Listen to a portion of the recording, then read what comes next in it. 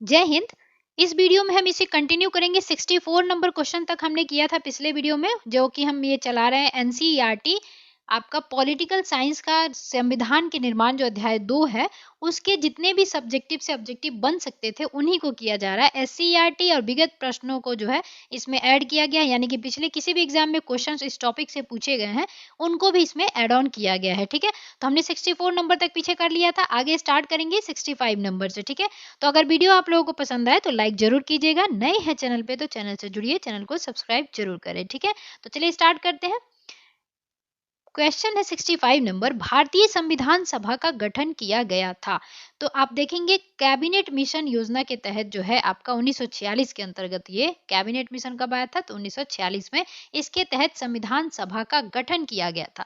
वहीं 1942 देखेंगे संविधान के निर्माण का प्रस्ताव जो है आपको क्रिप्स मिशन 1942 के तहत किया गया था। तो ध्यान रखिएगा ये जो अधिनियम दिए गए हैं तो ये याद रख लीजिएगा कि भारतीय स्वतंत्रता अधिनियम 1947, क्रिप्स मिशन कब आया 1942। ठीक है, बाकी इसका आंसर क्या हो जाएगा, कैबिनेट मिशन योजना के तहत जो है संविधान सभा का गठन किया गया था।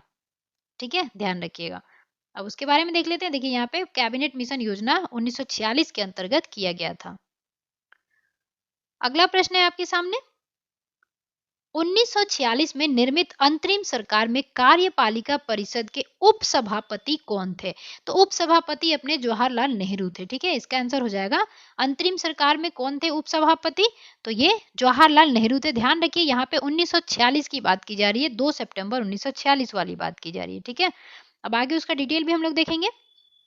तो देखिए 24 अगस्त 1946 को अंतरिम राष्ट्रीय सरकार की घोषणा की गई। तो ये भी क्वेश्चन बन सकता है कि अंतरिम राष्ट्रीय सरकार की घोषणा कब की गई थी, तो 24 अगस्त 1946 को की गई थी। ठीक है, उसके बाद देखेंगे आप अंतरिम सरकार 2 सितंबर 1946 को कार्यभार संभालेगी। और ये भी पूछा जा रहा है कि पूछा जाता है कई बार क्वेश्चन कि अंतरिम सरकार की गठन कब की गई थी, तो 2 सितंबर 1946 को, ध्यान रखिएगा। ठीक है, अब इसमें क्या होता था कि वायसराय जो होते थे ना, इसमें कार्यपालिका परिषद का पदेन अध्यक्ष हो जाता था और जवाहरलाल नेहरू को क्या किया गया था, उपाध्यक्ष या उपसभापति बनाया गया था। तो ध्यान रखिएगा अंतरिम सरकार में जवाहरलाल नेहरू जो है उपाध्यक्ष के रूप में कार्य किए थे। अगला प्रश्न है,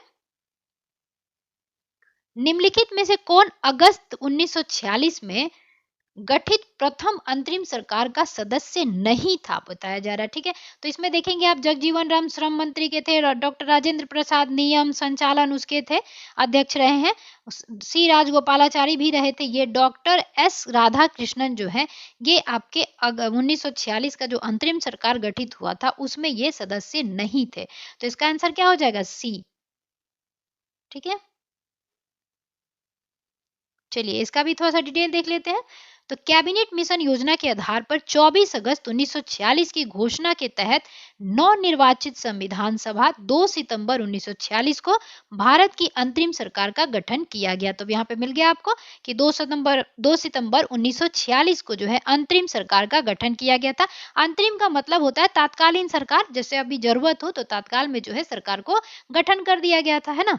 इसमें सी राजगोपालाचारी क्या थे, शिक्षा मंत्री थे, डॉक्टर राजेंद्र प्रसाद खाद्य एवं कृषि मंत्री थे। देखिए ये क्वेश्चन कई बार पूछा गया है कि डॉक्टर राजेंद्र प्रसाद को कौन सा कार्यभार जो है संभालने को मिला था, तो कृषि एवं खाद्य जो है खाद्य एवं कृषि मंत्री जो कौन थे, तो अपने राजेंद्र प्रसाद थे। ठीक है, उसके बाद जगजीवन राम किसके मंत्री थे, तो ये श्रम मंत्री थे। ध्यान रखिएगा ये क्वेश्चन सब बनते हैं, जबकि डॉक्टर एस राधाकृष्णन इस प्रथम अंतरिम राष्ट्रीय सरकार के सदस्य नहीं थे, है ना। तो ध्यान रखिएगा जगजीवन राम श्रम मंत्री, आपके राजेंद्र प्रसाद खाद्य एवं कृषि मंत्री, और वहीं पे आप देखेंगे राजगोपालाचारी जो थे शिक्षा मंत्री थे, है ना। चलिए अगला प्रश्न है, बेबेल योजना के अनुसार कार्यकारी परिषद में हिंदू और मुस्लिम सदस्यों की संख्या का समान होती थी, समान होता था होगा यहाँ पे, तो ये सही है आपका, है ना। बेबेल बेबेल बेबेल का विचार था, यानी कि जो बेबेल योजना था उनको बेबेल के ही नाम पे रखा गया था। तो बेबेल का विचार था कि ऐसी व्यवस्था से भारत बंटवारा से बच जाता। तो ऐसी कोई बात नहीं है हिंदू मुस्लिम की एकता की, इसमें कोई ऐसी बात नहीं की गई थी, तो ये स्टेटमेंट क्या हो जाएगा, गलत हो जाएगा।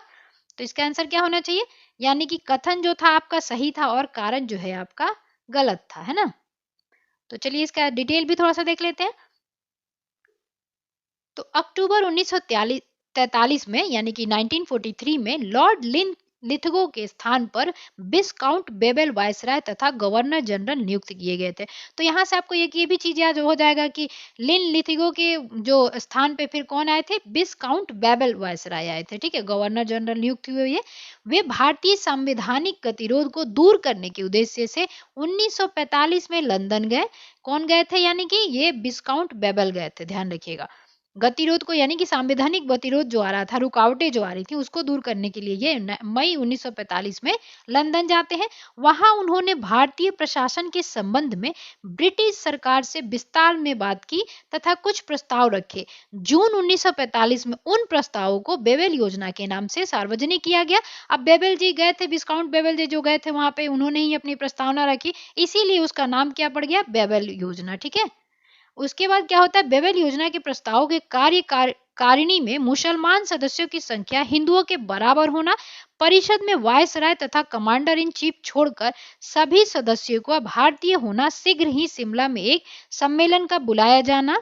अब देखिए बेबल योजना में क्या क्या था, ये प्रावधान वो बताया जा रहा है। ठीक है, तो शिमला में एक सम्मेलन बुलाया जाना तथा युद्ध समाप्ति के पश्चात भारतीयों के द्वारा खुद का संविधान बनाया जाना इत्यादि प्रावधान जो है इसमें बेबल योजना में शामिल था, है ना। बेबल योजना का उद्देश्य राजनीतिक गतिरोध को दूर करना, भारत को पूर्ण स्वशासन की दिशा में आगे बढ़ाना और संवैधानिक गतिरोध को दूर करना था। इसका उद्देश्य कहीं से भी हिंदू मुस्लिम एकता को दृढ़ करना नहीं था, जिससे भारत का एक विभाजन रुक सके। अतः कथन जो था आपका सही था और कारण जो है आपका गलत हो जाता है ना। तो देखिए इसमें जो भी बेबल योजना के बारे में दिया था, इसको एक बार आप लोग और रोक के वीडियो को जो है थोड़ा ध्यान से देख लीजिएगा। ठीक है, 69 नंबर क्वेश्चन क्या कह रहा है, कह रहा है निम्नलिखित में से कौन से कथन संविधान सभा के विषय में सत्य नहीं था। तो देख लेते हैं, निम्नलिखित में से दे रहा है कि वह वयस्क मताधिकार पर आधारित नहीं था। तो बिल्कुल वयस्क मताधिकार पे नहीं, आप देखेंगे पहले क्या था, संपत्ति कर जितना दिया जाता था या संपत्ति और शिक्षा के आधार पे जो है मत देने का अधिकार हुआ करता था। तो ये स्टेटमेंट क्या है, सही है। उसके बाद पूछ रहा है वह प्रत्यक्ष निर्वाचन का परिणाम था। तो नहीं, अप्रत्यक्ष का निर्वाचन का मतलब कि ये जो संविधान सभा है अप्रत्यक्ष निर्वाचन का परिणाम था। तो ये क्या हो जाएगा, ये गलत हो जाएगा। वह बहुदलीय निकाय थी, तो बिल्कुल सही हो जाएगा। इसके बाद उसने अनेक समितियों के माध्यम से कार्य किया था। तो बिल्कुल अनेक समितियों ने उसमें जो है कार्य किया था। तो ये स्टेटमेंट क्या हो जाता है, यानी कि सिर्फ दो जो है आपका इसमें गलत हो जाता है। तो इसका आंसर क्या होना चाहिए, इसमें पूछा था कि सभा के विषय में सत्य नहीं है, तो इसका आंसर क्या हो जाएगा, दो, है ना। अच्छा, कूट दिया है तो कूट में देख लेते हैं। तो कूट में तो ऑप्शन जो है गलत दिया हुआ है, तो चलिए इसको एक कर लेते हैं सिर्फ, तो आपका आंसर हो जाएगा, यानी कि सिर्फ एक जो है आपका गलत था, है ना। चलिए उसके बारे में डिटेल दिया है। संविधान सभा के गठन के लिए राज्यों का विधान सभाओं का उपयोग निर्वाचक मंडल के रूप में किया गया था। अतः संविधान सभा अप्रत्यक्ष निर्वाचन का परिणाम था। ठीक है, इसका निर्वाचन वयस्क मताधिकार पर आधारित बिल्कुल नहीं था। संविधान सभा में अनेक दलों के लोग शामिल थे। इस सभा ने अपने कार्यों का संचालन करने के लिए अनेक समितियों का गठन भी किया था, है ना। अब अगला प्रश्न है, भारतीय संविधान सभा के संबंध में निम्नलिखित में से कौन से कथन सही है पूछा है। उसमें क्या पूछा था, सही नहीं है। तो चलिए देख लेते हैं इसका स्टेटमेंट। यह वयस्क मताधिकार पर आधारित नहीं था, बिल्कुल सही है। यह प्रत्यक्ष निर्वाचन का परिणाम था, ये गलत है क्योंकि अप्रत्यक्ष निर्वाचन का परिणाम था। अगला है, यह बहुदलीय संरचना नहीं था दिया है, तो ये क्या हो जाएगा, गलत हो जाएगा, है ना। और पूछा क्या है, सही बताना है, तो अभी ए सही हुआ एक। अब आगे देखते हैं, यह कई समितियों के माध्यम से कार्यरत था, तो बिल्कुल सही है, यानी कि ए और डी आपका जो है सही है, बाकी जो स्टेटमेंट है वो गलत है। तो इसका आंसर क्या हो जाएगा, ए, है ना। और डिटेल तो हमने अभी ऊपर देखा ही था, वही चीज था, उसमें सही नहीं था, इसमें सही है पूछा था। अगला क्वेश्चन है आपके सामने, निम्नलिखित में से संविधान सभा के बारे में गलत कथन कौन सा है। तो चलिए देख लेते हैं। इसने बड़ी संख्या में समितियों की मदद से काम किया, उसने उनमें प्रारूप समिति सबसे महत्वपूर्ण थी। बिल्कुल, प्रारूप समिति जो आप देखेंगे भीमराव अंबेडकर की अध्यक्षता में मतलब ये काम किया था। भीमराव अंबेडकर के अलावा 6 और भी सदस्य थे, यानी कुल अगर प्रारूप समिति में सदस्य देखा जाए तो 7 सदस्य थे। उसका प्रारूप समिति का अध्यक्ष कौन थे, तो भीमराव अंबेडकर थे, जिनका 29 अगस्त 1947 में जो है उन लोग ये प्रारूप समिति की गठन की गई थी। ठीक है, तो ये क्या है, बिल्कुल सही है। अगला दिया है अल्पसंख्यक समुदाय जैसे ईसाई, एंग्लो इंडियन और पारसियों को सभी में पर्याप्त प्रतिनिधित्व दिया गया था, बिल्कुल है ना, तो ये भी सही हो जाएगा। पूछा क्या है, गलत कौन सा है। ठीक है, देखते हैं। इसका निर्वाचन सार्वभौम वयस्क मताधिकार के आधार पर किया गया था। तो अब भी हमने ऊपर देखा था ना कि सार्वभौम वयस्क मताधिकार के आधार पर बिल्कुल नहीं किया गया था। पहले कर, धन मतलब संपत्ति और प्लस आपका शिक्षा के आधार पे जो है 1935 का देखेंगे एक्ट, उसको पढ़ेंगे जब तो पता चलेगा कि कर, धन और शिक्षा के आधार पे पहले मत देने का अधिकार दिया जाता था, है ना। अब अगला स्टेटमेंट क्या है, तो इसकी चुनाव 1935 के अधिनियम के 6वीं अनुसूची पर आधारित थी। तो आगे वही दिया ही था, कर, संपत्ति और शैक्षणिक योग्यता के आधार पर मताधिकार सीमित था, है ना। तो उसका आंसर क्या हो जाएगा, ये सी हो जाएगा। यानी कि संविधान सभा के बारे में कौन सा गलत था। तो जो भी सही था वो आपको याद रखना है, क्योंकि ये क्या होगा, ये स्टेटमेंट है उनके फैक्ट हो जाते हैं जो सही होते हैं, है ना। चलिए आगे है, संविधान सभा के सदस्यों का निर्वाचन प्रांतीय विधान सभाओं के सदस्यों द्वारा अप्रत्यक्ष निर्वाचन के द्वारा हुआ था, ना कि सार्वभौम वयस्क मताधिकार के आधार पर। प्रत्यक्ष विधि द्वारा कर, संपत्ति और शैक्षणिक योग्यता के आधार पर मताधिकार प्रदान किया गया था। सभी को मताधिकार प्राप्त भी नहीं था, है ना। चलिए अगला प्रश्न है, भारत के संविधान का प्रारूप तैयार करने वाली संविधान सभा के सदस्यों को किसके द्वारा चुना गया था। तो ये देखेंगे आप, गवर्नर जनरल द्वारा, ब्रिटिश संसद द्वारा नहीं, गवर्नर जनरल नहीं, विभिन्न प्रांतों की, ये हो जाएगा विभिन्न प्रांतों के विधान सभाओं द्वारा जो है संविधान सभा के जो सदस्य थे उनको चुना गया था, है ना, जो संविधान के प्रारूप को तैयार किए थे। चलिए अगला प्रश्न है, भारतीय इतिहास के संदर्भ में प्रांतों से संविधान सभा के सदस्य कहां से चुने गए थे। तो प्रांतीय विधान सभाओं द्वारा निर्वाचित हुए थे। अगला प्रश्न है, संविधान सभा के सदस्यों का चुनाव कैसे हुआ था। तो प्रांतीय सभाओं द्वारा हुआ था, है ना। क्वेश्चन घुमा घुमा के पूछता है, इसलिए मैंने सारे क्वेश्चन जो है ऐड कर दिया। ये प्रीवियस एग्जाम में पूछे हुए क्वेश्चन है। संविधान सभा के चुने हुए अस्थाई अध्यक्ष कौन थे। तो अस्थाई अध्यक्ष हो जाएंगे राजेंद्र प्रसाद। 11 दिसंबर 1946 को जो है ये अस्थाई अध्यक्ष के रूप में चुने गए थे, है ना। और सच्चिदानंद को देखेंगे आप, 9 दिसंबर जो पहली बैठक हुई थी 9 दिसंबर 1946 को, उसमें ये अस्थाई अध्यक्ष के रूप में डॉक्टर सच्चिदानंद जो है चुने गए थे, है ना। ध्यान रखिएगा, सबसे बुजुर्ग व्यक्ति थे। तो इस क्वेश्चन का आंसर क्या हो गया, अस्थाई अध्यक्ष कौन हो जाएंगे, डॉक्टर राजेंद्र प्रसाद। वही चीज आपको दिया है कि 9 दिसंबर 1946 को संविधान सभा की प्रथम बैठक की अध्यक्षता अस्थाई अध्यक्ष सच्चिदानंद सिन्हा ने की थी। 11 दिसंबर को देखेंगे 1946 को संविधान सभा ने डॉक्टर राजेंद्र प्रसाद को निर्विरोध संविधान सभा के अस्थाई अध्यक्ष के रूप में निर्वाचित किया था। निर्विरोध यानी कि उनके विरोध में कोई भी इंसान खड़ा नहीं था, है ना। ध्यान रखिएगा। अच्छा ध्यान रखिएगा कि देखिए 9 तारीख को आपका पहली बैठक होता है, 11 तारीख को आपको, ये सब दिसंबर चल रहा है, 11 तारीख को आपको प्लस मतलब दूसरे दिन 9-2-11 ऐसा कहते हैं अपन। तो ध्यान रखिए कि दूसरे दिन क्या होता है आपके 10-11 तारीख को जब बैठक होती है तो आपके राजेंद्र प्रसाद को चुना जाता है। वहीं देखेंगे फिर अगले 2 दिन में तो 13 दिसंबर को जो है जवाहरलाल नेहरू ने उद्देश्य प्रस्ताव को संविधान सभा के समक्ष प्रस्तुत किया था, है ना। तो वो ऐसे कनेक्ट करके याद कर लीजिएगा 9-11-13। अगला क्वेश्चन है, संविधान सभा की प्रथम बैठक की अध्यक्षता किसने की थी। तो ये हमने देख ही लिया, डॉक्टर सच्चिदानंद सिन्हा, 9 दिसंबर 1946। अगला प्रश्न है, भारतीय संविधान सभा के उद्घाटन अधिवेशन की अध्यक्षता की गई थी। अब देखिए यहाँ पे थोड़ा सा क्वेश्चन को चेंज कर दिया गया है कि संविधान सभा के उद्घाटन अधिवेशन में तो किसने अध्यक्षता की थी। तो वही हो जाएंगे पहले जो थे 9 दिसंबर 1946 को, डॉक्टर सच्चिदानंद सिन्हा। अगला दिया है, भारत की संविधान निर्मात्री सभा के अध्यक्ष कौन थे। तो अध्यक्ष वही हो गया विधानसभा, यानी कि जिसने संविधान का निर्माण किया था तो संविधान सभा था, और संविधान सभा के अध्यक्ष कौन थे, डॉक्टर राजेंद्र प्रसाद। थोड़ा सा डायरेक्ट करके नहीं, इनडायरेक्ट करके क्वेश्चन जो है ये पूछा गया है। चलिए अगला प्रश्न है, स्वतंत्र भारत की संविधान सभा के अध्यक्ष कौन थे। तो स्वतंत्र भारत जब मतलब हो गया था उसके संविधान सभा के अध्यक्ष कौन हो जाएंगे। तो वही हो जाएंगे आपके डॉक्टर राजेंद्र प्रसाद। ठीक है।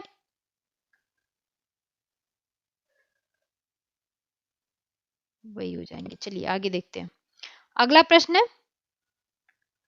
भारतीय संविधान सभा की स्थापना की गई थी। तो भारतीय संविधान सभा की स्थापना कब की गई थी? पहला बैठक जब हुआ था 9 दिसंबर 1946 को, और सच्चिदानंद सिन्हा, है ना। अगला प्रश्न है, उसी के बारे में देखिए, यहाँ पे दिया गया है कि भारतीय संविधान सभा की स्थापना 9 दिसंबर 1946 को उनकी प्रथम बैठक से आरंभ के साथ हुई थी। अगला प्रश्न है, संविधान सभा का गठन कब हुआ था? तो इसमें 9 दिसंबर नहीं दिया है, सिर्फ दिसंबर 1946 दिया है, तो ये आंसर हो जाएगा, है ना। अगला दिया है, भारत की संविधान सभा का प्रथम अधिवेशन कब शुरू हुआ था? तो 9 दिसंबर 1946। तो क्वेश्चन को क्या थोड़ा सा मरोड़ तोड़ के पूछता है, तो आप लोगों को कंफ्यूज नहीं होना है, वही देखते चलना है, ठीक है। भारतीय संविधान सभा की पहली बैठक कब हुई थी? तो 9 दिसंबर 1946 को हुई थी, है ना। अगला प्रश्न है, भारत को एक संविधान देने का प्रस्ताव संविधान द्वारा पारित किया गया था, यानी कि स्वीकार किया गया था, तो कब किया गया था? 22 जनवरी 1947 को, है ना। देखिए 13 दिसंबर को उन्होंने प्रस्ताव पारित किया था, मतलब दिया था, प्रस्तुत किया था। तो 26 जनवरी 1947 को संविधान सभा द्वारा भारत को एक संविधान देने का उद्देश्य प्रस्ताव पारित किया गया। उद्देश्य प्रस्ताव को 13 दिसंबर 1946 को संविधान सभा में जवाहरलाल नेहरू द्वारा आगे चलकर यही उद्देश्य प्रस्ताव प्रस्तावना का प्रारूप बना, या उसे उद्देश्य का संवैधानिक भाषा में कहा जाता है। तो इसको स्वीकार कब किया गया था उद्देश्य को? 22 जनवरी 1947 को, है ना। अगला प्रश्न है, संविधान सभा के सन्मुख संविधान की प्रस्तावना का प्रस्ताव किसने रखा था? तो वही देखा हमने, 13 दिसंबर 1946, जवाहरलाल नेहरू। अगला प्रश्न है, संविधान सभा में उद्देश्य प्रस्ताव निम्न में से किस एक द्वारा प्रस्तुत किया गया था? तो यही हो जाएगा, पंडित जवाहरलाल नेहरू। अगला प्रश्न है, भारतीय संविधान के निर्माण से संबंधित निम्न कथनों पर में से देखेंगे कि कौन सा सही है। तो चलिए देखते हैं। क्वेश्चन स्टेटमेंट है, पंडित नेहरू के उद्देश्य प्रस्ताव का जो संविधान सभा द्वारा स्वीकार किया गया था संविधान के निर्माण पर असर था। तो बिल्कुल सही है, उद्देशिका बहुत महत्वपूर्ण उद्देश्यों की पूर्ति करता है, बिल्कुल सही है ये भी। संविधान को भारत के लोगों ने आदेशित किया, तो भारत के लोगों ने जो है उसे अपनाया था। राज्य के मुखिया को लोग प्रत्यक्ष रूप से निर्वाचित करते थे, ये बिल्कुल गलत हो जाएगा कि जो राज्य के मुखिया है उनको कोई भी जो है प्रत्यक्ष रूप से निर्वाचित करते थे, तो ये क्या हो जाएगा? गलत हो जाएगा। तो इसका आंसर क्या हो जाना चाहिए? इसका आंसर हो जाना चाहिए आपका, क्या पूछा था उसे, नीचे दिए गए सही कूट का, यानी कि सही कौन सा है, तो कौन सा हो जाएगा? 1 2 3 जो है आपके सही हो जाएंगे। ये जो है मुखिया को प्रत्यक्ष रूप से चुनते थे, ये गलत हो जाएगा क्योंकि अप्रत्यक्ष रूप से चुनते थे, है ना। और लोगों ने आदेशित किया, यानी कि भारत के लोगों ने जो है अपनाया था। हम पहले ही पढ़ेंगे उद्देश्य, हम भारत के लोग, है ना। तो देखिए, भारतीय संविधान के तहत राज्य के मुखिया अर्थात राष्ट्रपति का निर्वाचन लोगों द्वारा प्रत्यक्ष रूप से नहीं बल्कि अप्रत्यक्ष रूप से जनप्रतिनिधियों, संसद एवं विधानसभा के निर्वाचित सदस्य के माध्यम से किया जाता है, ठीक है। तो देखिए, राष्ट्रपति जो है ना, उनके निर्वाचन में जो है संसद के दोनों सदस्यों के निर्वाचित सदस्य प्लस विधानसभा से निर्वाचित सदस्य, दिल्ली और पौंडीचेरी के जो विधानसभा है उनके भी निर्वाचित सदस्य जो है शामिल होते हैं, ठीक है। निर्वाचित सदस्य, ध्यान रखिएगा, आंसर में बहुत कंफ्यूज किया जाता है राष्ट्रपति के चुनाव में। चलिए अगला क्वेश्चन है, भारतीय संविधान को बनाने हेतु भारतीय संविधान सभा के कुल कितने अधिवेशन हुए थे? तो इसमें देखिए बहुत कंफ्यूजन रहता है कि कहीं कहीं आपको 11 मिलेगा, कहीं कहीं 12 मिलेगा। तो ध्यान रखिएगा 12 हुआ था क्योंकि 11 बैठकें हुई थी और 12वें में जो है अपना हस्ताक्षर किया गया था। हस्ताक्षर संविधान के समय कितने लोगों ने किया था? तो 284 लोगों ने जो है अपना हस्ताक्षर किया था। अब देखिए, भारतीय संविधान के निर्माण में संविधान सभा को 2 वर्ष 11 महीने 18 दिन का समय लगा और इस दौरान इसके कुल 11 अधिवेशन, कुल अवधि 165 दिन हुए थे। 11वें अधिवेशन के अंतिम दिन 26 नवंबर 1949 को संविधान को अंगीकृत किया गया। इन 11 अधिवेशनों के अतिरिक्त संविधान सभा पुनः 24 जनवरी 1950 को समवेत हुई, जबकि सदस्यों द्वारा भारत के संविधान पर हस्ताक्षर भी उसी दिन किए गए थे, है ना। अच्छा ध्यान रखिएगा, संविधान सभा जो है संविधान तो तैयार करती है, संविधान को लिखने का कार्य किसने किया था? तो संविधान को लिखने का कार्य जो है आपका प्रेम बिहारी नारायण ने किया था, ध्यान रखिएगा, है ना, प्रेम बिहारी नारायण। लेकिन ये भी याद रखिएगा कि इन्होंने जो है लिखा तो था प्रेम बिहारी जी ने, लेकिन इन्होंने इटैलिक शैली जो होता है ना, इटालियन शैली, इन्होंने वो यूज किया था, ध्यान रखिएगा, इटालियन शैली, है ना। प्रेम बिहारी नारायण जो है, इन्होंने संविधान यानी कि सुलेखक संविधान के कौन है, तो प्रेम बिहारी नारायण है, ठीक है। और वही देखेंगे इन्होंने इटालियन शैली में मतलब इसको लिखा था, कैलीग्राफी की थी। और वही पूछा जाए हिंदी में किसने किया था, तो हिंदी में आपको देखेंगे बसंत कृष्ण वैद हो जाएंगे। बसंत कृष्ण वैद जो है आपको संविधान के हिंदी संस्करण को लिखेंगे। और इसी हिंदी संस्करण को सजाएगा कौन, तो सजाएंगे आपके नंदलाल बोस, है ना, नंदलाल बोस। ये क्या करेंगे, संविधान को सजाने का कार्य करेंगे। तो ध्यान रखिएगा, वैसे संविधान जो है इंग्लिश हिंदी दोनों में लिखा गया है। चलिए अगला क्वेश्चन है, भारत की संविधान सभा की अंतिम बैठक की सही तिथि को बताइए। तो अंतिम बैठक 24 जनवरी 1950 को हुआ था, अभी हमने देखा ना यहाँ पे, देखिए 24 जनवरी 1950 को, है ना। तो इसका आंसर क्या हो जाएगा, 24 जनवरी 1950 को जो है अंतिम बैठक हुई थी। भारत के संविधान के निर्माण में संविधान सभा को कितना समय लगा था, तो 2-11-18 यानी कि 2 वर्ष 11 महीने 18 दिन लगा था, लगभग 3 साल। अब चलिए ये सूची का मिलान करना है, तो ये इसी में सामने जो भी दिया है वो सूची है वो सही है, ठीक है। जैसे कि देखेंगे संविधान सभा के पहले उपाध्यक्ष कौन थे, तो एच सी मुखर्जी थे आपके उपाध्यक्ष के रूप में, ठीक है। इनके साथ एक और उपाध्यक्ष कौन थे, तो बी टी कृष्णामाचारी,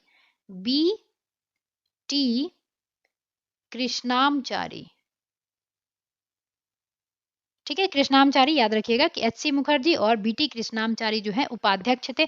वही सचिव पूछेगा तो एच बी आर अयंगकर थे, है ना, सचिव। उसके बाद अगला दिया था स्टेटमेंट, अगला स्टेटमेंट दिया है, प्रारूप समिति में मूलतः एकमात्र कांग्रेसी सदस्य तो कौन था, तो के एम मुंशी थे, ध्यान रखिएगा।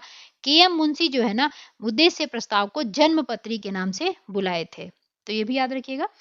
उसके बाद राजस्थान की रियासत का कौन ने किया था प्रतिनिधित्व, तो ये बीटी कृष्णामचारी थे, यही जो थे आपके, अब यहाँ पे मिल गए तो देख लीजिए, बीटी कृष्णामचारी और एच सी मुखर्जी संविधान सभा के जो है दोनों अध्यक्ष थे, है ना। और सचिव कौन, एच बी आर अयंगकर, और यहाँ पे देख लिया आपने के एम मुंशी। उसके बाद संघ संविधान समिति के अध्यक्ष कौन थे, तो जवाहरलाल नेहरू थे, सबको पता है ये।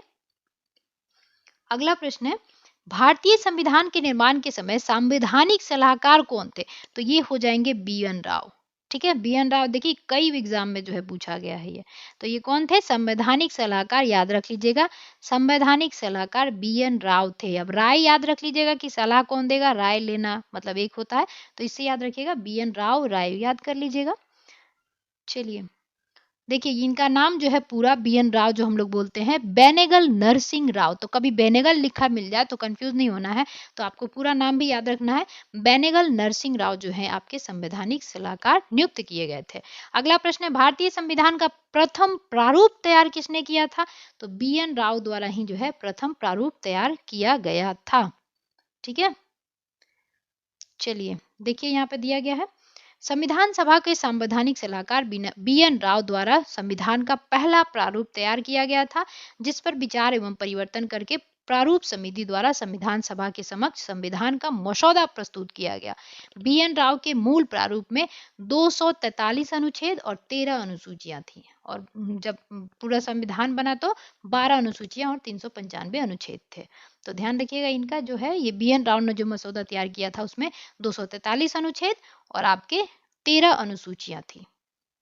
अगला प्रश्न है, संविधान सभा में भारतीय संविधान का तृतीय वाचन कब प्रारंभ हुआ, तो इसमें तृतीय वाचन पूछा जा रहा है, तो ये हो जाएगा आपको 17 नवंबर 1949 को जो है तृतीय वाचन प्रारंभ किया गया था संविधान सभा का। चलिए देख लेते हैं इसका डिटेल। तो संविधान सभा में भारतीय संविधान का तृतीय वाचन 17 नवंबर 1949 को प्रारंभ हुआ और 26 नवंबर 1949 तक चलता रहा। तो प्रश्न में दिए गए हो गया, तो ये देखिए ध्यान रखिएगा 17 नवंबर को है, यहाँ पे दिया हुआ है, ठीक है, मैंने उसको सुधार के ही ऑप्शन डाला था। चलिए अगला प्रश्न है, भारत का संविधान पूर्ण रूप से तैयार हुआ था, तो पूर्ण रूप से कब तैयार हुआ गया था, 26 नवंबर 1949 को, है ना। अब देखिए उसके बारे में भी दिया है। और वो कई एग्जाम में देखिए पूछा गया। भारतीय संविधान की उद्देशिका प्रस्तावना में उल्लेख किया गया है कि 26 नवंबर 1949 को भारत के लोगों के ने संविधान को अंगीकृत, अधिनियमित और आत्मसमर्पित किया। संविधान को अपनाने, उसके पूर्ण होने, पारित होने तथा इसको अंतिम रूप देने की तारीख 26 नवंबर 1949 को ही माना जाता है। इसी दिन नागरिकता अतः कालीन संसद अस्थायी और संक्रमणकालीन उपलब्ध लागू हो गए थे। आप देखेंगे 15 अनुच्छेद जो है इसी दिन लागू हो गए थे। मैंने बता भी दिया था, पिछले वीडियो में है वो क्वेश्चन कि कितने अनुच्छेद जो है लागू हुए थे, कौन कौन से थे, हमने बता दिया है उसमें, जैसे कि 5, 6, 7, 8, 9, उसके बाद आपके 60, 324, 366, फिर 367, फिर आपका 391, 392, 393, ये सब जो थे आपके लागू हो गए थे। ठीक है, ये अनुच्छेद लगभग नहीं, एग्जैक्ट जो थे 15 अनुच्छेद जो थे आपके लागू हो गए थे 26 नवंबर 1949 को ही। ठीक है, ध्यान रखिएगा। उसके बाद तथापि संविधान के शेष अपबंध जो है 26 जनवरी 1950 के प्रभावी हुए। अतः संविधान को पूर्ण रूप से होने का क्रियान्वित होने की तिथि के रूप में 26 जनवरी 1950 को ग्रहण करते हैं। तो इसमें क्वेश्चन में क्या था? क्वेश्चन में था संविधान पूर्ण रूप से तैयार हुआ, ना कि ग्रहण था। ठीक है, तो सही था आंसर।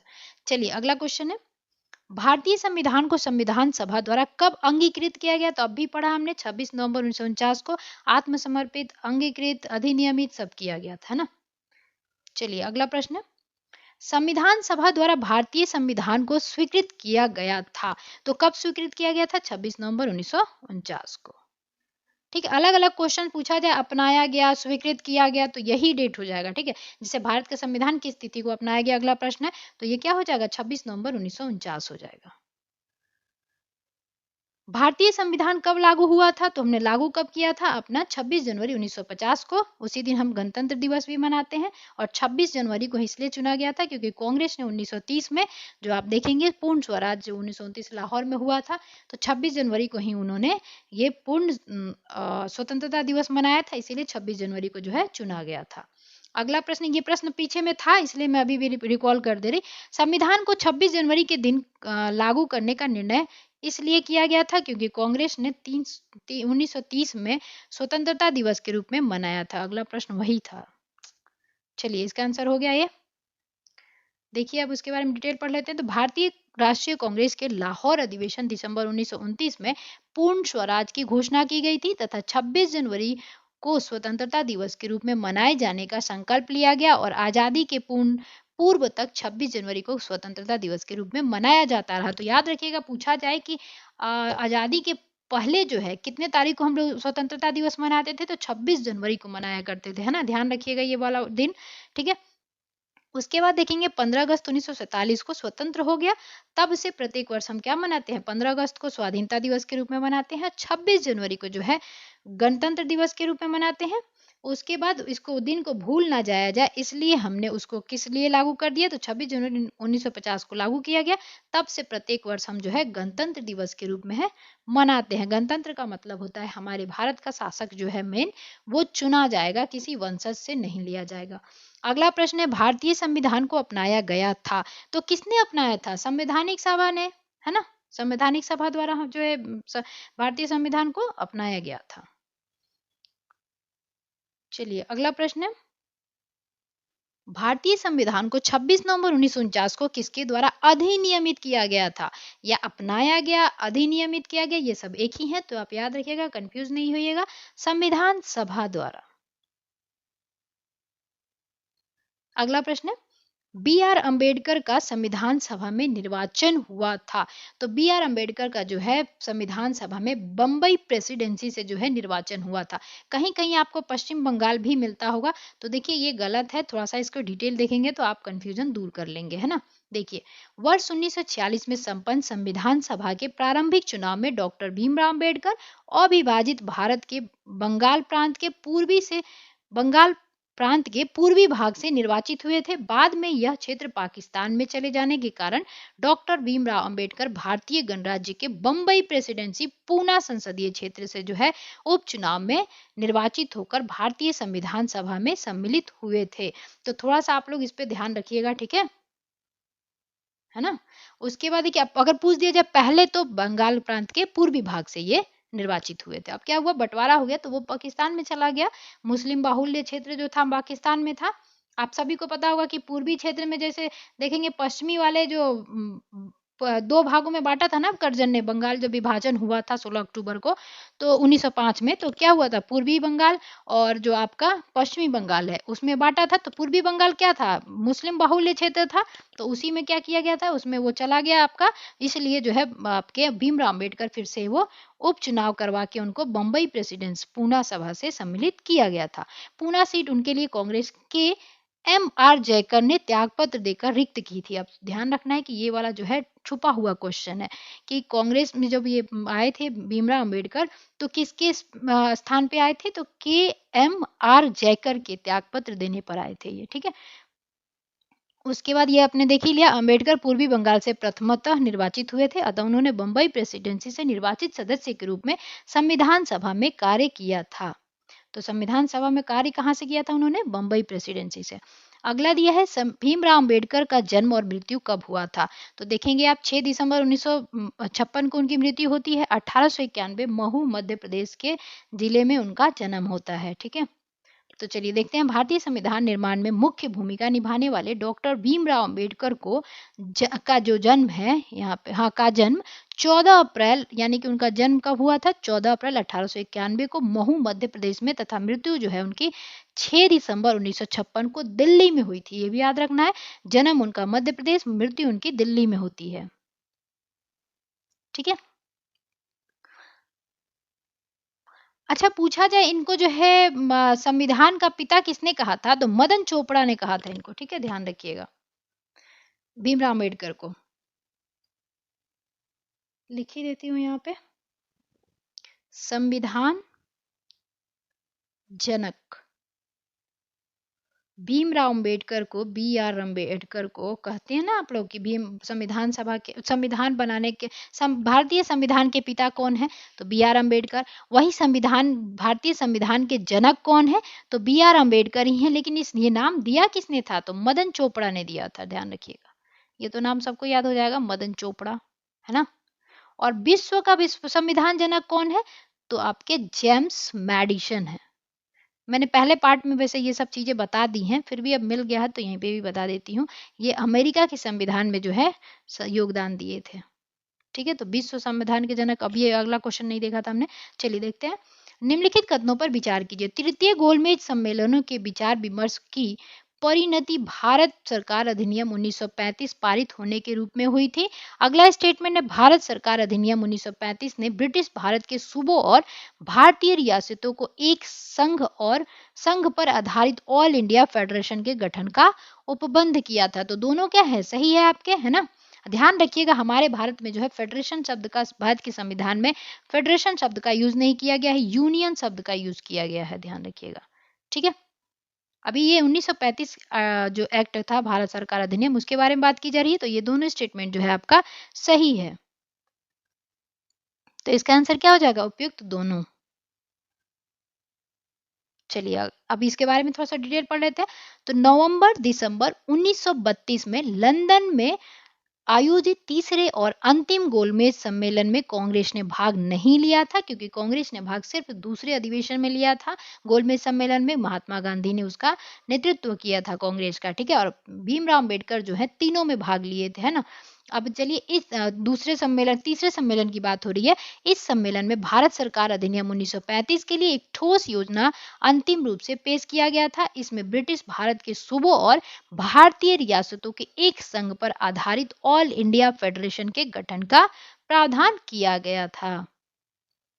अगला है, नीचे दो वक्तव्य दिए गए हैं, तो उसको क्या करना है, बताना है कि कौन सा सही है नहीं है। तो देखते हैं, भारत का संविधान देश की आवश्यकताओं को पूर्ति करता है, बिल्कुल करता है। इसको एक गृहीत संविधान कहा जाता है, तो बिल्कुल ये भी सही है। तो इसका आंसर क्या हो जाएगा, 1 और 2 दोनों जो है आपका सही हो जाएगा। मतलब कि व्याख्या करता नहीं है, लेकिन आपका सही जरूर है ना, ये हो जाएगा बी।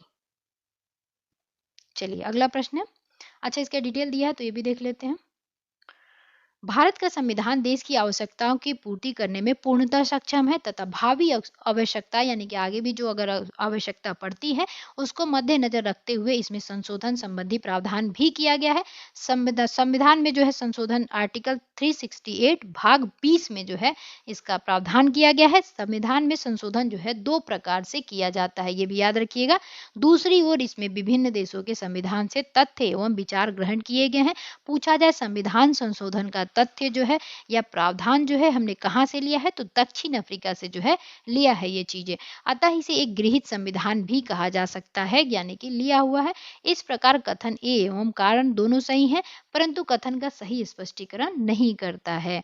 अगला दिया है प्रश्न, संविधान सभा में वयस्क मताधिकार को 15 वर्ष के लिए स्थगित करने की बात किसने की थी, तो मौलाना आजाद ने जो है 15 साल के लिए वयस्क मताधिकार को स्थगित करने की बात की थी। देखिए यहाँ पे दिया है, यहाँ पे संविधान सभा में वयस्क मताधिकार विषय पर बहस के दौरान मौलाना अबुल कलाम आजाद ने, ध्यान रखिएगा ये मौलाना अबुल कलाम जो है ना सऊदी अरब के थे, वयस्क मताधिकार को 15 वर्षों के लिए स्थगित करने की वकालत की थी, किंतु डॉक्टर राजेंद्र प्रसाद एवं पंडित जवाहरलाल नेहरू ने जोरदार ढंग से इसे अपनाने के लिए इसका समर्थन किया था। अच्छा, समर्थन भी किया था, तो पूछा जाए क्वेश्चन में किसने किसने समर्थन किया था, तो डॉक्टर राजेंद्र प्रसाद एवं जवाहरलाल नेहरू ने। अगला दिया है, निम्नलिखित में से किसने सुझाव दिया था कि भारत की स्वतंत्रता के बाद भारतीय राष्ट्रीय कांग्रेस को एक राजनीतिक दल के रूप में भंग कर दिया जाना चाहिए, तो ये आपको महात्मा गांधी जी ने ये सुझाव दिया था कि अब जो है कांग्रेस जो है भारतीय राष्ट्रीय कांग्रेस उसको समाप्त कर देना चाहिए, यानी कि भंग कर देना चाहिए स्वतंत्रता के बाद। ठीक है, उसका भी डिटेल दिया है, क्या दिया है, चलिए। भारत की स्वतंत्रता के उपरांत महात्मा गांधी ने यह सुझाव दिया था कि भारतीय राष्ट्रीय कांग्रेस को अब एक राजनीतिक दल के रूप में भंग कर दिया जाना चाहिए। अब अगला प्रश्न है, अपनी राष्ट्रवादी प्रतिक्रिया में भारतीय संविधान के निर्माताओं ने अल्पसंख्यकों के हितों और भावनाओं के महत्व को कम करके आंका है, तो ये किसने कहा था, ये कहा था आपके आइवर जेनिंग्स ने। तो ध्यान रखिएगा, फिर से एक बार पढ़ देती हूँ, ये स्टेटमेंट कभी कभी पूछे जाते हैं तो इसलिए मैं फिर से इसको पढ़ दे रही हूँ। हाँ, देखिए, अपनी राष्ट्रवादी प्रतिक्रिया में भारतीय संविधान के निर्माताओं ने अल्पसंख्यकों के हितों तथा भावनाओं के महत्व को कम करके आंका, यानी कि उनकी सुख सुविधाओं को, यानी उनकी भावनाओं को, उनके हित में जो काम करना चाहिए था वो कम किया है, यही कहना चाह रहे हैं ये आइवर जेनिंग्स। ठीक है, किसके बारे में, जो भारतीय संविधान के निर्माण कर रहे थे उनके बारे में। चलिए आगे देखते हैं, अब यही चीज वहां पे दिया है। ठीक है, तो एक बार और पढ़ ही देती हूँ। आइवर जेनिंग्स का कथन है, उनका मानना था कि भारतीय संविधान के निर्माताओं ने भारतीय संघ अल्पसंख्यक हितों और भावनाओं के महत्व को न्यूनतम रखने का प्रयास किया है। अगला दिया है, किसने कहा था संविधान सभा कांग्रेस थी और कांग्रेस ही भारत था, तो ये किसने कहा था आपका, ये कहा था ग्रेनविले ऑस्टिन ने कहा था। ध्यान रखिएगा कि संविधान सभा कांग्रेस थी और कांग्रेस भारत थी, तो यानी कि इनका क्या कहना था, एक छोटा सा निकाय जो है वो नेतृत्व कर रहा है ना। तो ध्यान रखिएगा कि ये कौन थे आपके, ऑस्टिन और ग्रेनविले ऑस्टिन इनका पूरा नाम है। इनका ये भी कहना था कि कांग्रेस का पूरी तरह से जो है संविधान पे प्रभाव है। तो संविधान सभा कांग्रेस थी और कांग्रेस भारत था, यह वक्तव्य पद्मश्री पुरस्कार प्राप्त इतिहासकार ग्रैनविले ऑस्टिन का था। यह वक्तव्य उनकी पुस्तक, अब ये कहाँ पुस्तक में दिए थे, तो द इंडियन कॉन्स्टिट्यूशन में इन्होंने अपना वर्णन किया है। तो अब ये ध्यान रखिएगा, पूछा जाए कि ये पुस्तक किसकी लिखी हुई है, द इंडियन कॉन्स्टिट्यूशन बुक किसने लिखा था, तो ग्रेनविले ऑस्टिन ने लिखा था और इन्हें पद्मश्री पुरस्कार से भी सम्मानित किया गया है। साथ रखिए, ध्यान रखिएगा कि अगर पूछ दिया जाए कि किसने कहा था कि संविधान पे जो है कांग्रेस का प्रभाव है, तो ये भी किसने कहा था, ग्रेनविले ऑस्टिन। ये कौन थे, तो ये एक ग्रेनविले ऑस्टिन जो है ना ब्रिटेन के थे, है ना, ब्रिटेन के संवैधानिक विशेषज्ञ थे। कहाँ के थे ये, ब्रिटेन के संवैधानिक विशेषज्ञ, समझ गए होंगे आप लोग, विशेषज्ञ थे ये। ओके, चलिए अगला प्रश्न है, भारतीय संविधान सभा में कुल कितनी महिलाएं सदस्य थी? तो अब ये आपको चीजें याद रखनी है कि जैसे 389 सीट वहां पे सदस्यों के स्टार्टिंग में दिया गया था, बाद में 299 तक बच गया था, और उसमें महिलाएं जो है आपकी 15 थी। तो ये क्वेश्चन बहुत इंपॉर्टेंट है, याद रखिएगा आप लोग कि संविधान सभा में कुल कितनी महिलाएं थी? कुल आपकी 15 महिलाएं जो है संविधान निर्माण करने में शामिल थी, है ना, याद रखिएगा। अब यही, अब देखिए 15 महिलाएं जो थी कौन कौन थी, तो आपको सबसे ज्यादा याद होगा सरोजनी नायडू, फिर आपकी कमला चौधरी हो जाती हैं, फिर लीला दास हो जाती हैं आपकी, उसके बाद सुचिता कृपलानी हो जाती हैं, विजय लक्ष्मी हो जाती हैं, दुर्गा दास हो जाती हैं, मालती चौधरी हो जाती हैं, अम्मू स्वामीनाथन है आपकी, यही सब जो है रेणु रेणु नाम करके भी है एक, उनका भी, वो भी थी उसमें शामिल। तो 15 महिलाएं यही थी। हाल फिलहाल में जो मतलब मेन जो है आप याद रखिएगा, जैसे सरोजनी नायडू हो गई, आपकी दुर्गा दास हो गई, उसके बाद आपकी सुचिता कृपलानी हो गई, इनको आप लोग याद रखिएगा अच्छे से, है ना। चलिए अगला प्रश्न, निम्नलिखित में से संविधान सभा की संघ संविधान समिति के अध्यक्ष कौन थे? तो ये कहना चाह रहा है कि संघ संविधान जो समिति बनी थी उसके सदस्य अध्यक्ष कौन थे? तो जवाहरलाल नेहरू थे, है ना। बी आर अम्बेडकर तो प्रारूप समिति के थे। अब देखिए जो भी ये सदस्य रहे उनका दे दिया है कि संघ संविधान समिति के जवाहरलाल नेहरू रहे थे, नियमन एवं संचालन के कौन रहे थे? तो डॉक्टर राजेंद्र प्रसाद रहे थे, प्रारूप समिति डॉक्टर भीमराव अम्बेडकर अध्यक्ष रहे थे, मौलिक अधिकारों एवं अल्पसंख्यक हेतु सरदार वल्लभ भाई पटेल जो है अध्यक्ष रहे थे। तो जो भी ये दिया है लाइन में, ये भी याद रख लीजिएगा, एक बार आप और से देख लीजिए कि सरदार वल्लभ भाई पटेल जो है मौलिक अधिकारों एवं अल्पसंख्यकों हेतु जो समिति थी उसके अध्यक्ष थे। और संचालन और नियम समिति के कौन थे? तो डॉक्टर राजेंद्र प्रसाद। और खाद्य एवं कृषि मंत्री भी वही थे, राजेंद्र प्रसाद। अगला प्रश्न है, संविधान सभा की प्रांतीय संविधान समिति का अध्यक्ष कौन था? तो प्रांतीय संविधान का अध्यक्ष कौन था? तो वो हो जाएंगे आपके बी आर अम्बेडकर। ठीक है, और मैंने जो सातों सदस्य उनकी लिस्ट भी उसमें दे दी थी कि प्रांतीय संविधान को कैसे अपोहन समिति, निराजुद्दीन अहमद ने कहा था अपोहन समिति, ये सब डिटेल मैंने जो है पार्ट 1 में कर दिया है। ठीक है, तो आप लोग उसको भी जरूर देखिएगा। चलिए अगला प्रश्न है, भारतीय संविधान सभा की प्रारूप समिति के अध्यक्ष कौन थे? प्रारूप समिति के अध्यक्ष जो है भीमराव अंबेडकर थे। इसको ड्राफ्ट कमेटी भी कहा जाता है, मसौदा प्रारूप समिति भी, मसौदा समिति भी कहा जाता है, मसौदा कमेटी, है ना, ध्यान रखिएगा। भारतीय संविधान सभा की प्रारूप समिति के अध्यक्ष कौन थे? तो ये हो जाएंगे आपके भीमराव अंबेडकर, ध्यान रखिएगा। और प्रारूप समिति का जो गठन किया गया था 29 अगस्त 1947 को किया गया था। 4 नवंबर 1948 को इसने अपना रिपोर्ट तैयार करके सौंपा था। तो ध्यान रखिएगा किस हेडिंग से टॉप उन्होंने किया था वो भी मैंने उसमें बता दिया है, पार्ट 1 जरूर देखिएगा आप। संविधान सभा द्वारा स्थापित मौलिक अधिकारों और अल्पसंख्यकों हेतु सलाहकार समिति के अध्यक्ष कौन थे? तो अब भी हमने देखा था ना, सरदार वल्लभ भाई पटेल, जवाहर भाई पटेल। अब कुछ दिया है तो देख लेते हैं। तो सरदार पटेल संविधान सभा द्वारा स्थापित मौलिक अधिकारों और अल्पसंख्यकों हेतु सलाहकार समिति के अध्यक्ष थे, जबकि सलाहकार समिति की उप समितियों, मूल अधिकारों उप समितियों के अध्यक्ष जेबी कृपलानी तथा अल्पसंख्यक उप समितियों के अध्यक्ष एच सी मुखर्जी थे। तो ये उप समिति का अध्यक्ष बताया जा रहा है, ध्यान रखिएगा। ठीक है, अगला प्रश्न है, डॉक्टर बी आर अम्बेडकर की अध्यक्षता में संविधान सभा प्रारूप समिति में कितने अन्य सदस्य थे? अच्छा, यहाँ पूछा जा रहा है अन्य सदस्य, ध्यान रखिएगा। बी आर अम्बेडकर की जो अध्यक्षता थी और प्रारूप समिति जो था, वो प्रारूप समिति में टोटल 7 सदस्य थे। तो इंक्लूड कीजिएगा बी आर अम्बेडकर को तब 7 होंगे, अगर उनको एक्सक्लूड कर दीजिएगा तो 6 हो जाएंगे। और इसने पूछा है अन्य कितने सदस्य थे, है ना। चलिए अब इसका डिटेल मैंने देखिए उसमें दे दिया है, वो भी आप लोग जरूर देखिएगा। डॉक्टर बी आर अम्बेडकर की अध्यक्षता में गठित संविधान सभा प्रारूप समिति में अन्य 6 सदस्य थे। ये कौन कौन थे? तो एन गोपाला स्वामी अयंगकर, अल्लादी कृष्णा स्वामी अय्यर, के एम मुंशी। अब के एम मुंशी के बारे में अभी हमने एक फैक्ट पढ़ा ना कि केवल यही एक ऐसे व्यक्ति थे के एम मुंशी जो प्रारूप समिति में थे सदस्य के रूप में, जो कांग्रेस से थे, है ना। मोहम्मद सादुतुल्लाह, बी एल मित्र, डीपी खेतान, इनमें से बी एल मित्र के स्थान पर एन माधवराव बाद में आ गए थे। और डीपी खेतान की मृत्यु के बाद जो है आपके कौन आए थे? कृष्णामचारी आए थे। तो ध्यान रखिएगा कि एम माधवन जो है उन्होंने त्याग पत्र दे दिया था और डीपी खेतान की जो है मृत्यु हो गई थी। और इन लोगों ने कब सम्मिलित हुए थे ये दोनों? टीटी कृष्णामचारी और आपके बी एल मित्र, ये हुए थे आपके 1948 में। और 29 अगस्त 1947 को जो है प्रारूप समिति का गठन किया गया था। अगला प्रश्न है, निम्नलिखित में से कौन संविधान प्रारूप समिति के सदस्य थे? इसमें सदस्य थे पूछ रहा है, तो देख लेते हैं। एन गोपाला स्वामी बिल्कुल थे, जवाहरलाल नेहरू नहीं थे, अल्लादी कृष्णन स्वामी थे, सरदार पटेल भाई भी नहीं थे। यानी कि 1 और 3 जो है सदस्य थे। अभी देखा ना हमने सदस्य कौन कौन थे। ठीक है, तो इसका आंसर हो गया सी।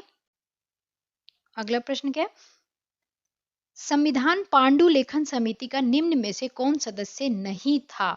तो अभी हमने देखा मोहम्मद सादुसुल्लाह थे, के अय्यर थे, के एम मुंशी भी थे और जवाहरलाल नेहरू जो है उसमें सदस्य नहीं थे। तो इसका आंसर क्या हो जाएगा? यही हो जाएगा। तो ध्यान रखिएगा, ये किसकी बात हो रही है? ड्राफ्ट कमेटी या प्रारूप समिति या पांडुलेखन समिति उसे कहते हैं। ठीक है, तो जवाहरलाल नेहरू जो है उसके सदस्य नहीं थे। कितने टोटल सदस्य थे? तो 7 सदस्य थे, हमने देखा ही था अभी उनके नाम। चलिए अगला प्रश्न है, संविधान सभा ने डॉक्टर बी आर अम्बेडकर की अध्यक्षता प्रारूप समिति का गठन कब किया था? तो अभी हमने बताया ही था 29 अगस्त 1947 को जो है इनका गठन किया गया था प्रारूप समिति का। ठीक है, पांडुलेखन समिति भी। चलिए आगे देखते हैं, संविधान के प्रारूप पर विचार करने हेतु संविधान सभा द्वारा 29 अगस्त 1947 को संकल्पित पारित करके डॉक्टर बी आर अम्बेडकर की अध्यक्षता में प्रारूप समिति का गठन किया गया था। और ध्यान रखिएगा, प्रारूप समिति ने जो है 8 माह का कार्य टाइम लिया था, जबकि इसीलिए इसको अपहन समिति के नाम से भी जाना जाता है, यानी एक लंबा समय लिया। वहीं आप देखेंगे अमेरिका का जो संविधान है वो मात्र 4 माह में तैयार हो गया था। ठीक है, चलिए आगे देखते हैं, संविधान निर्मात्री यानी कि संविधान निर्माण करने वाली परिषद की झंडा समिति के सदस्य कौन थे, अध्यक्ष कौन थे? तो झंडा समिति के जो है अध्यक्ष हैं डॉक्टर राजेंद्र प्रसाद हो जाएंगे। कई बार आप लोग देखेंगे जेबी कृपलानी दिया रहता है, लेकिन सही आंसर जो है आपका डॉक्टर राजेंद्र प्रसाद हैं। आगे देखते हैं उनके बारे में। देखिए 2 झंडा समितियां बनाई गई थी, विशेष उल्लेख मिलता है जैसे कि 2 अप्रैल 1931 को कांग्रेस के कराची अधिवेशन में गठित झंडा समिति, जिसके अध्यक्ष सरदार वल्लभ भाई पटेल थे।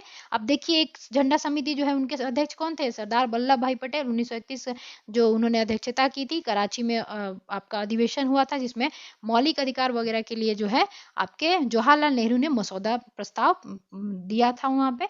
और उसके बाद देखिए तथा शेष 6 सदस्य मौलाना अबुल कलाम आजाद, तारा सिंह, जवाहरलाल नेहरू, डीवी केलकर, हरिदकर एवं पट्टाभी सीतारमैया एक तदर्थ झंडा समिति का गठन संविधान निर्मात्री परिषद ने 23 जून 1947 को किया था, जिसके अध्यक्ष जो थे डॉक्टर राजेंद्र प्रसाद हो जाएंगे तथा अन्य सदस्य थे अबुल कलाम आजाद, सरोजनी नायडू, सी Rama Gopalachari, K M Munshi, doctor B R Ambedkar. यहाँ संविधान निर्मात्री परिषद द्वारा गठित झंडा समिति का अध्यक्ष पूछा गया था, तो क्या हो जाएगा? राजेंद्र प्रसाद जो है सही हो जाएंगे। जेबी कृपलानी किसी झंडा समिति के अध्यक्ष या सदस्य नहीं रहे, जैसा कि कतिपय अपर्याप्त स्रोतों वाली पुस्तकों में वर्णित मिलता है। मैंने भी बहुत जगह देखा है जो झंडा समिति के अध्यक्ष कौन थे, बार बार मिलता है जेबी कृपलानी।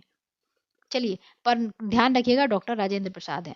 अगला प्रश्न है, भारत का संविधान मंत्रियों को 4 श्रेणियों अर्थात कैबिनेट मंत्री, ये वाला देखिए इसने दे दिया है मंत्रियों को 4 श्रेणी में, जो कि गलत है। अगला प्रश्न स्टेटमेंट है, संघ सरकार में मंत्रियों की कुल संख्या प्रधानमंत्री को मिलाकर लोकसभा के कुल सदस्यों के 1/3 यानी कि 15% से अधिक नहीं होनी चाहिए। तो ये बिल्कुल सही है ना? ठीक है, तो ये वाला स्टेटमेंट क्या है? सही है।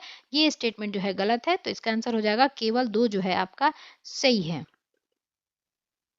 ठीक है, 15% ही बाद में वो किया गया था डिसाइड। तो देखिए हम लोग देख लेते हैं, भारत के संविधान में अनुच्छेद 74 में 75 के अंतर्गत मंत्री परिषद का वर्णन किया गया है। मंत्रियों की श्रेणी का वर्गीकरण संसदीय व्यवस्था के अंतर्गत किया गया है, ना कि संविधान द्वारा। ध्यान रखिएगा, मंत्री परिषद के मंत्रियों को 3 श्रेणी होती है, कैबिनेट मंत्री, राज्य मंत्री व उप मंत्री। ध्यान रखिएगा कैबिनेट शब्द का वर्ड जो है सिर्फ एक ही आर्टिकल में किया गया है, 352 के 3 में एक ही बार यूज किया गया है। कैबिनेट शब्द जो है आपका 44वां संविधान संशोधन 1978 के तहत सम्मिलित किया गया था। और एक कितने बार संविधान में यूज किया गया है कैबिनेट शब्द को? तो सिर्फ एक बार। ठीक है, ध्यान रखिएगा। अगला है उसके बारे में ही दिया है कि 91 संविधान संशोधन अधिनियम 2003 के तहत प्रावधान किया गया कि मंत्री परिषद में मंत्रियों की कुल संख्या प्रधानमंत्री को शामिल करके लोकसभा के कुल सदस्यों के 15% से अधिक नहीं होना चाहिए। ध्यान रखिएगा, ये जो संविधान संशोधन है 91 नंबर संविधान संशोधन 2003, इसी के तहत जो है दल बदल कानून को दल बदल विरोधी कानून के नाम से जाना गया, क्योंकि आपको 52वां संविधान संशोधन अनुसूची 10 1985 राजीव गांधी, आपको सबको याद होगा कि उस समय क्या था, उसको दल बदल कानून जो है लाया गया था, दल बदल कानून कहा जाता था उसको। दल बदल विरोधी कानून किसके तहत कहा गया, तो 91 संविधान संशोधन अधिनियम 2003 के तहत। अगला प्रश्न है, सार्वजनिक उपक्रम समिति के बारे में निम्नलिखित कथनों में से कौन सा सही है, तो देख लेते हैं। समिति में लोकसभा की तुलना में राज्यसभा के अधिक सदस्य हैं। अच्छा, इसमें बताना है कि कौन सा सही है, ठीक है, तो ये तो गलत ही है, चलिए ये वाला गलत हो जाएगा। समिति के सभापति चेयरपर्सन की नियुक्ति लोकसभा अध्यक्ष द्वारा की जाती है, ये बिल्कुल सही है, तो इसका आंसर क्या हो जाएगा, इसका आंसर हो जाएगा केवल 2 जो है आपका सही था। तो दिया होगा डिटेल इसके बारे में, चलिए यहाँ पे दिया है। सार्वजनिक उपक्रम समिति की स्थापना कृष्ण मेनन समिति की सिफारिश पर 1964 ईस्वी में की गई थी। इस समिति में 22 सदस्य 15 लोकसभा तथा राज्यसभा से 7 होते हैं। इस समिति के अध्यक्ष नियुक्ति लोकसभा अध्यक्ष द्वारा जो है की जाती है, ठीक है। तो ध्यान रखिएगा, जो आपका ये सार्वजनिक उपक्रम समिति है उसकी स्थापना किसके रिकमेंडेशन पे हुआ था, तो कृष्ण मेनन के रिकमेंडेशन पे हुआ था। अच्छा, अगला है आंध्र महिला सभा की संस्थापक कौन है, तो आंध्र महिला की संस्थापक कौन हो जाएंगी, जी दुर्गाबाई देशमुख हो जाएंगी, ठीक है, ध्यान रखिएगा। ये एनसीईआरटी में दिया हुआ है इसलिए मैंने इसमें ऐड कर दिया है कि आंध्र महिला सभा की संस्थापक जी दुर्गाबाई देशमुख हैं, ठीक है। अगला प्रश्न है, झारखंड पार्टी के संस्थापक कौन हो जाएंगे, तो जयपाल सिंह जो है झारखंड पार्टी के संस्थापक हैं। अगला है, पहले केंद्रीय मंत्रिमंडल में शिक्षा मंत्री कौन थे, तो ये तो मेरे ख्याल से सबको पता होगा, डॉक्टर अबुल कलाम आजाद, ठीक है, मौलाना आजाद जो थे आपके। कहाँ गया, ये देखिए उनके बारे में दिया हुआ है, देखिए इसलिए मैंने इनको ऐड किया है क्योंकि इनका जन्म जो है बहुतों को नहीं पता होगा कि अबुल कलाम आजाद जो है इनका जन्म 1888 में हुआ था, 1998 में इनकी मृत्यु हो जाती है। जन्म जो है इनका सऊदी अरब में हुआ था, ध्यान रखिएगा। ये शिक्षाविद, लेखक और धर्म के ज्ञाता थे, ठीक है। कांग्रेसी नेता भी रहे हैं, राष्ट्रीय आंदोलन में अग्रणी भूमिका भी निभाई है, मुस्लिम अलगाववादी राजनीति के विरोधी थे। बाद में पहले केंद्रीय मंत्रिमंडल में शिक्षा मंत्री कौन बने हैं, अबुल कलाम, मौलाना अबुल कलाम आजाद। चलिए अगला प्रश्न है, केंद्रीय मंत्रिमंडल में वित्त मंत्री कौन रहा है, तो ध्यान रखिएगा इसमें बताया जा रहा है कि केंद्रीय मंत्रिमंडल में वित्त मंत्री कौन रहा है, तो कौन रहेंगे, टीटी कृष्णामचारी, है ना, ये हो जाएंगे आंसर। यानी कि केंद्रीय मंत्रिमंडल में वित्त मंत्री कौन रहा है, टीटी कृष्णामचारी। ध्यान रखिएगा, अगर अंतरिम सरकार में पूछा जाए कि वित्त मंत्री कौन था तो ध्यान कंफ्यूज नहीं होना है, वो लियाकत अली हैं, ध्यान रखिएगा, और श्रम वाले जगजीवन राम। अगला दिया है, रिपब्लिकन पार्टी ऑफ इंडिया के संस्थापक कौन थे, तो ये बहुत अच्छा क्वेश्चन है, ये बार बार पूछा नहीं जाता है। एनसीईआरटी में ये दिया हुआ है, भीमराव रामजी अम्बेडकर, यानी कि इनका पूरा नाम क्या था, भीमराव रामजी अम्बेडकर। मध्य प्रदेश महू में इनका जन्म हुआ था 1891 और 1956 6 दिसंबर को इनकी मृत्यु हो जाती है दिल्ली में। किसकी, बी आर अम्बेडकर की, ठीक है। और इन्होंने रिपब्लिकन पार्टी ऑफ इंडिया का स्थापना किया था। अगला है, स्वतंत्र भारत की पहली सरकार में कानून मंत्री कौन रहा है, तो ये भी कौन रहे हैं, बी आर अम्बेडकर रहे हैं, ध्यान रखिएगा, ठीक है। स्वतंत्र भारत की पहली सरकार में कानून मंत्री कौन रहा है या विधि मंत्री, तो डॉक्टर भीमराव रामजी अम्बेडकर। आगे दिया है, 1875 में जन्म होता है, 1950 में उनका मृत्यु हो जाता है, और ये जन्म जो होता है गुजरात में होता है। अंतरिम सरकार में गृह मंत्री एवं सूचना प्रसारण मंत्री भी रहते हैं, वकील भी रहते हैं। बारदोली किसान सत्याग्रह भी उन्होंने 1928 में जो है संभाला था, ठीक है। उनको सरदार की उपाधि भी महिलाओं ने दी थी। भारतीय रियासतों के विलय में भी निर्णायक भूमिका निभाई थी इन्होंने। बाद में भारत के पहले उप प्रधानमंत्री के नाम से भी बने वो, यानी कि पहले भारत के पहले प्रधान उप मंत्री भी, सॉरी, भारत के पहले उप प्रधानमंत्री भी रहे। तो ये कौन, किसकी बात हो रही है? तो एकता के प्रतीक कौन है अपने? वल्लभ भाई झाबर भाई पटेल। ध्यान रखिएगा, इनका नाम पूरा है वल्लभ भाई झाबर भाई पटेल। चलिए अगला प्रश्न है, किनका जो है जन्म 1879 में जन्म होता है आंध्र प्रदेश में। उनकी मृत्यु हो जाती है 1949 में। कवित्री भी हैं, लेखिका भी हैं और राजनीतिक कार्यकर्ता भी रही हैं। कांग्रेस की अग्रणी महिला नेता, बाद में उत्तर प्रदेश की राज्यपाल बनती हैं। तो इससे आप लोग समझ गए होंगे किसकी बात की जा रही है। तो ये सरोजनी नायडू की बात हो रही है ना। अच्छा, अब पूछा जाए भारत की कोकिला या नाइटिंगेल ऑफ इंडिया के नाम से किसे जाना जाता है? तो सरोजनी नायडू को जाना जाता है।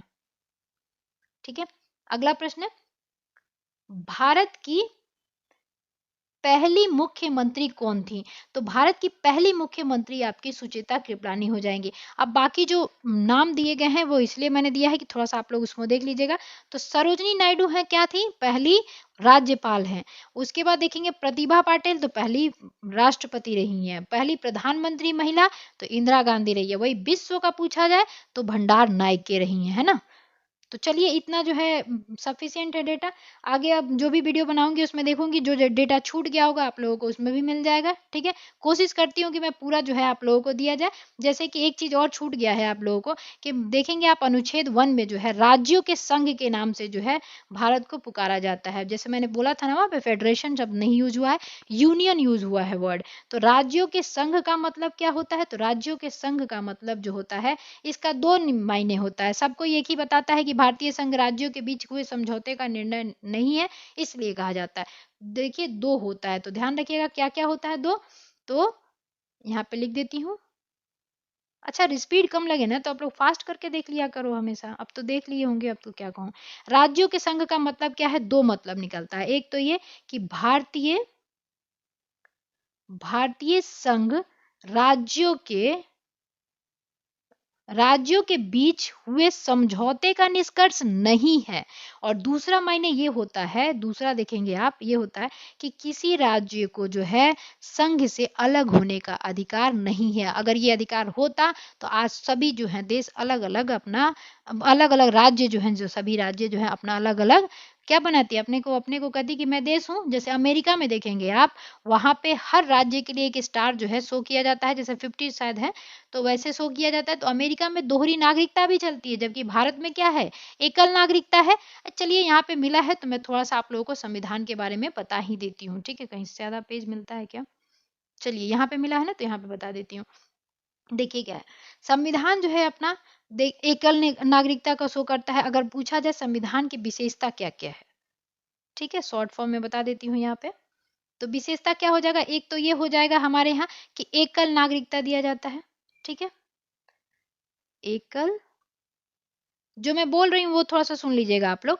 एकल नागरिकता, उसके बाद संविधान देखेंगे हमारा सर्वोच्च कानून है। उसके बाद कठोरता भी है इसमें, ना ज्यादा लचीला है, मतलब ना ज्यादा कठोर है ना ज्यादा मतलब इजी है, यानी कि इसके में अंदर लचीलापन है।